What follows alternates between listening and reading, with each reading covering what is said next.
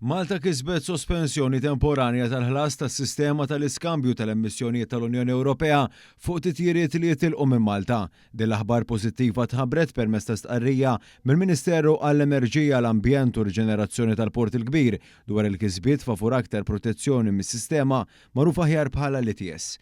Din hija sistema tal-Unjoni Ewropea li tpoġġi pressjoni fuq l-emissjonijiet tal-karbonju fis-setturi tal-marittimu, tal-avjazzjoni u oħrajn.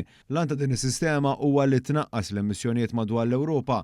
Madankollu l-Gvern Malti ħadem biex tagħli s-sistema ma toħloq żvantaġġi għall-Istati membri li huma gżejjer bħal pajjiżna.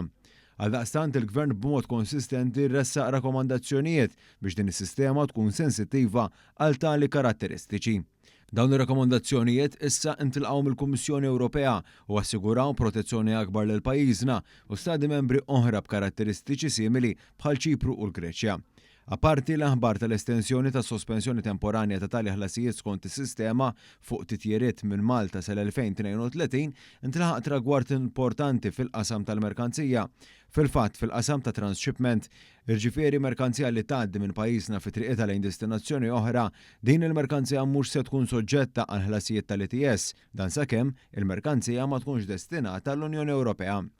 Bekk il-Malta Freeport jista' jkompli jespandi l-attivitajiet tiegħu f'dan il-qasam mingħajr ma jkun ippenalizzat.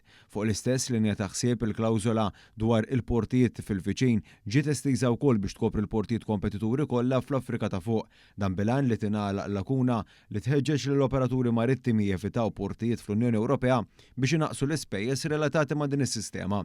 Fis-stqarrija ntqal ukoll kif il-Gvern Malti laqgħu wkoll allokazzjoni dedikata midħul tal-ETS għal Malta, Ċipru u l-Greċja sal-2038. Din l-aħbar intlaqet mod partikolari mill-Ministru responsabbli mill-Enerġija Mirjam Dalli li saħqet fuq il-punt li l-azzjoni favur il-klima għandha tkun waħda ġusta għaldaqstant mingħajr ma toħloq piżijiet sproporzjonati minħabba il-qagħda ġeografika tal-pajjiż. Hija tenniet li tħares il-qudiem lejn aktar negozjanti fil-Kunsill tal-Ministri tal-Unjoni Ewropea favur aktar appoġġ għan-negozju u ċ-ċittadini Maltin. Dwar dan One News kellim ma' Margaret Kassar li uffiċjal għoli fih dan l-awtorità l-azzjoni kontra t-tibdil fil-klima.